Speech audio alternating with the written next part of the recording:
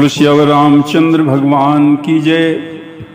बड़ा सुंदर वर्षा ऋतु का वर्णन चल रहा है। भगवान प्रवर्षण पर्वत पर विराजमान हैं। आगे बूंद अघात साही गिरी कैसे, और खल के बचन संत सह जैसे।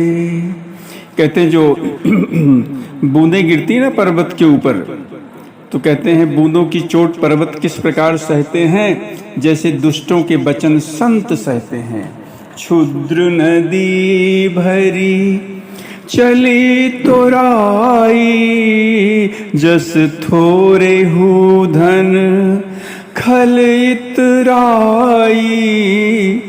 कहते हैं छोटी छोटी नदियां हैं ना, बड़ी जल्दी भर जाती हैं, किनारों को तुड़ाती हुई ऐसी चली हैं जैसे थोड़े धन से दुष्ट बड़ा इतराने लगते हैं। भूमि परत भा डाभर पानी, और जनु जीवही माया लपटानी।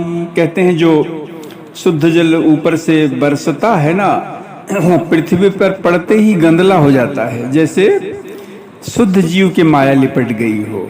समिटी समिटी जल भरहि तलावा, जिम सद्गुनु सज्जन पहियावा।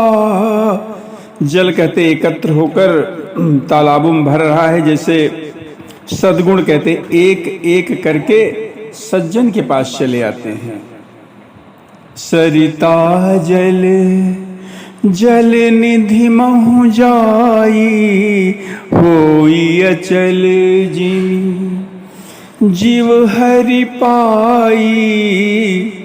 कहते हैं नदी का जल समुद्र में जाकर उसी प्रकार स्थिर हो जाता है, जैसे जीव श्री हरि को पाकर अचल हो जाता है, आवागमन से मुक्त हो जाता है। हरित भूमि तृण संकुल, समुझि परई नहीं पंथ, जिमि पाखंड बादते गुप्त हो ही सद ग्रंथ। पृथ्वी घास से परिपूर्ण हो हरी हो गई है, जिससे रास्ता समझ में नहीं पड़ता है। कहते जैसे पाखंड मत के प्रचार से सदग्रंथ लुप्त हो जाते हैं। बड़ी सुंदर कथा चली। बोलो सियावर रामचंद्र भगवान की जय।